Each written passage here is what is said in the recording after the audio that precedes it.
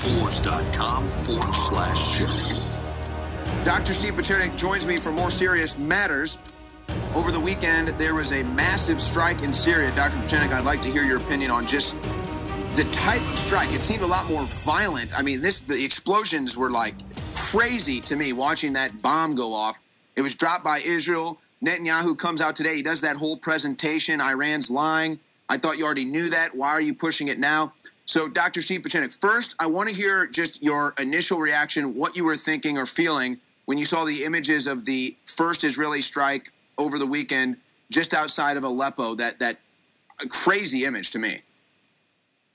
What I was feeling is something I've been warning America about on this show, and that is that Israel wants to initiate a war directly with Soleimani of the IRG or Iran. And that is not a good picture to see. That is not a war that anyone will win, quite frankly. And this is what I've been waiting for well over a year, where Bibi has tried to initiate a conflict. I must admit the Iranians fell right into that bait. And now we have a standoff between Israel, the IDF, and the IRG. And unfortunately, on both sides, many young people will die if this war continues. And I do not want America brought into it. Why do you think, what is the strategy, though, behind Netanyahu's last 72 hours? They strike Syria, then he drops this whole presentation on Iran. What is his motive? I mean, he's been under attack. He's been having investigations done on him, his wife, what have you. Is he being yanked around? Is he being tugged around? Or does he genuinely think this is in Israel's best interest? He genuinely thinks this is in Bibi's best interest. And I've warned about this. Bibi has repeatedly been under indictment, issues of corruption, issues of dysfunction. Even Mossad head leaders in the past 5 Mossad leaders say this is not the way to approach the Middle East or Iran or the Palestinians. And Bibi has ignored all that. And basically, he's kowtowed to Trump, and he has tried to manipulate his way into Trump's good graces so that we would, in some way, end up fighting their war. They would initiate the war. Israel is not capable of having a full military attack against Iran. I said it years ago. They're not capable of the military force structure that's required. So then, to me, it sounds like this is the Western military-industrial complex wanting war in Iran, and Bibi is going along with it for his own personal interest of staying in office. Am I reading you correctly? Yes, Bibi is basically creating the conflict he needs, and the opposite individual is Soleimani, the general supreme commander of the IRG, of the Scud forces. And ironically, this is a little secret that most people don't know, he is of Jewish origin. So he, Soleimani, an Iranian of Jewish origin, will be attacking the Jewish people of the state of Israel. Now, you explain that to me.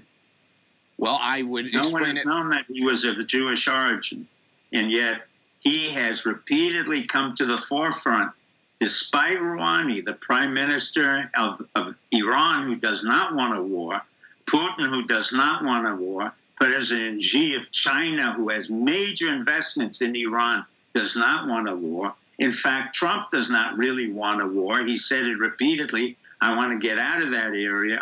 We've spent $7 trillion. We got nothing out of it. I want to get my Nobel Peace Prize, which I predicted a year ago he would get for resolving the North Korea-South Korea issue. Instead, Bibi has inserted himself in such a way that he's making sure that we will accompany him into a full-scale war, which he cannot win. And unfortunately, many young Israelis and Iranians will die for nothing.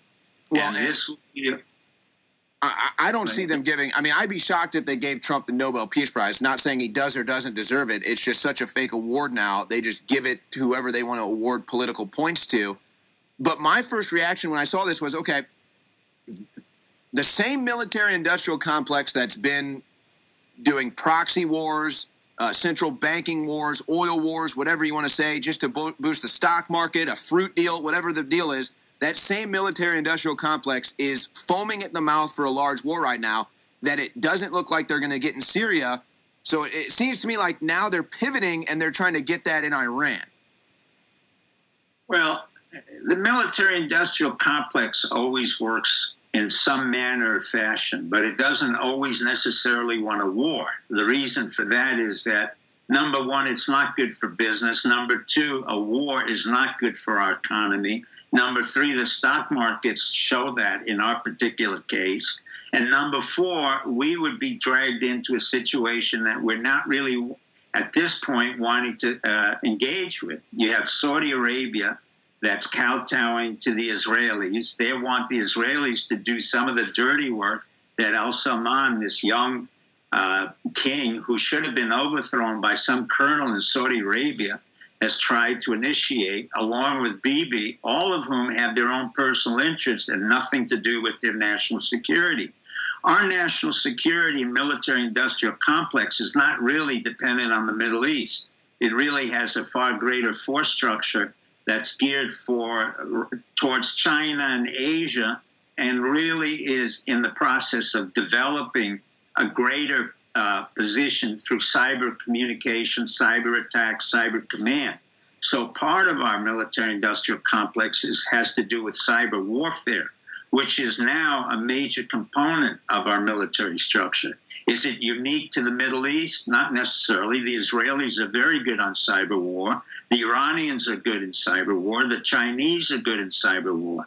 In short, you have to look at Iran as kind of part of really Western Asia. It doesn't belong in the Middle East, so to speak. It is more towards the Asian continent and towards the Chinese interests. And China has a lot of interest in Iran, as does Russia. Russia will not want this type of war because it makes it a very complicated situation for the Russians. And they don't want the Americans involved in the Middle East anymore. In fact, we wanted the Russians to take over much of the positions. It is, however, Bibi's own interest and that of Soleimani. You take two of those guys, put them in Cyprus, let them fight it out between the two of them, and leave the IDF and the IRG alone. It has nothing to do with Israeli national security. The nuclear weapons that will be used are not there at that point. Israel has 200 or more of them. The Iranians might or might not have it. They're not. All right, we got to go to break here, but I want to hear what you think are some possible conclusions to this on the other side. Dr. Steve Pieczenik, don't go anywhere. Welcome back to the Warroom. Dr. Steve Pieczenik is my guest. We're discussing the developments between Israel and Iran, as well as the strike in Syria by Israel. To me, that was just bone-chilling. I mean, it looked at least on film a lot worse than the strikes that the U.S. initiated against Syria. Perhaps that's just how it looked on film, but it really looked radically different. Regardless, though, Steve, feel free to comment on that. But it seems to me, just when you break this all down geopolitically, that the main enemies of the globalists right now are Iran, Russia, and Syria. And if they don't fall in line with whatever the global order is, or whatever the central banks want, or what have you, maybe there's an oil deal, whatever the deal is, it could be a number of different deals. If they don't fall in line, well, all of a sudden somebody has to strike them or initiate a war or an invasion against them. We elected Trump because we thought that that would stop, but Trump is only one man. He can only do so much. I mean, what can Trump even do to try to ease these tensions? You know, Netanyahu has that huge presentation today. There's nothing Jared Kushner can do to prevent the strife between Israel and Iran. So what can Trump do? What can Kushner do, if anything? And then what do you feel is the final conclusion, at least in the stages we're in now? Well, number one, Trump can do a lot. Jared Kushner is not even relevant anymore to this issue. Our new Secretary of State, Pompeo, went in and said we're allied with Israel. That's in principle and in theory, that's correct. Israel is our ally, but it does not mean that we will go to war on behalf of Israel. That's a very important point. And I think Trump hinted at that very clearly when he said on May 12th, or in a week and a half, we have to decide when and how we will approach the Iranian deal, the nuclear deal, and whether we will decertify it or we will renegotiate. My suspicion is that Trump is doing now what he's done with North Korea. He's putting in a lot of pressure on Iran. I think he's using Bibi, and I would hope to say that he, in fact, he's using Bibi and not the other way around to create a certain amount of tension and strategic and military tension so that he can warn Iran that they really have to come to the bargaining table quite seriously. That would be consistent with what Trump has done in the past. So it's a situation where you create so much panic and potential for disaster that you're forced to come to the table. You got it. Exactly correct, Owen. That's right on the head. And that literally comes from the art of the deal. I mean, in some ways, he's really playing it to the brink, and he wants that to create that notion that we are at the brink. And the only thing that could really disrupt Trump's own dynamics in this is the fact that Bibi doesn't play along very well with Trump. He thinks he's using Trump, but in fact, I would hope Trump is really manipulating Bibi and telling him, you're not in charge. And if that is the case, then this is a case of brinksmanship, literally to the point of a major war.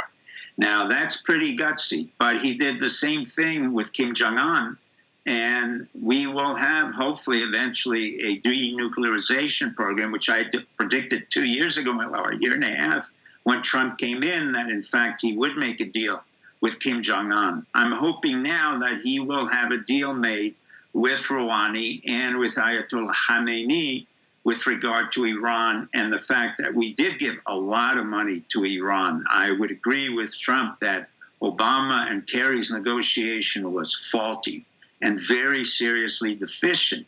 However, that's not consistent with the fact that we, the United States, should go to war on behalf of the Israelis or allow the Israelis to initiate a war that would compel us to enter. And that has been the great danger I've had, that I've seen for well over a year and a half, and particularly with Bibi being in a lot of trouble domestically. I would hope that the Knesset could take him out, basically, deal, say he's not fit, and then bring in another prime minister, but that's up to the Israelis. But at this point, I warn our own generals and our own military, we do not have a stake in this game. Our game is to basically stay out of this region and allow the Russians and the Chinese to really negotiate what they see as the best outcome for them. And I feel like that would be the difference between the Trump administration and the Bush administration, where the Bush administration would hop into bed with Israel and bomb whoever they wanted, where Trump is going to say, now hold on a second, let's take a second look at this. And when you talk about the brinksmanship that Trump is trying to use to bring Israel and Iran to the table, the only concern I have when comparing that to the North Korea thing is with the North Korea deal, I think it was pretty much unanimous, even, whatever China was doing behind the scenes, at least publicly, China is going to go against North Korea. Nobody wants to align themselves with North Korea. Iran, on the other end, it's more of a toss-up, I think. Russia might go more towards Iran, China, so to me, it doesn't feel like as much of a given to say, hey, look, we can put Iran in a corner and get everybody against them like they did against North Korea. That's an interesting point. The Russians do not want a war. They are very clear about the fact that this is not in their interest. President Xi has made it very clear to both Iran and Israel that he has a lot of investments. China has a particularly large portfolio of oil and other factories and assets in Iran, and he doesn't want them destroyed. So it behooves both President Xi and Vladimir Putin to come to the table and immediately deconflict this situation. And Bibi has to respond to Vladimir because he goes to him almost every other week and cries like a little baby for help.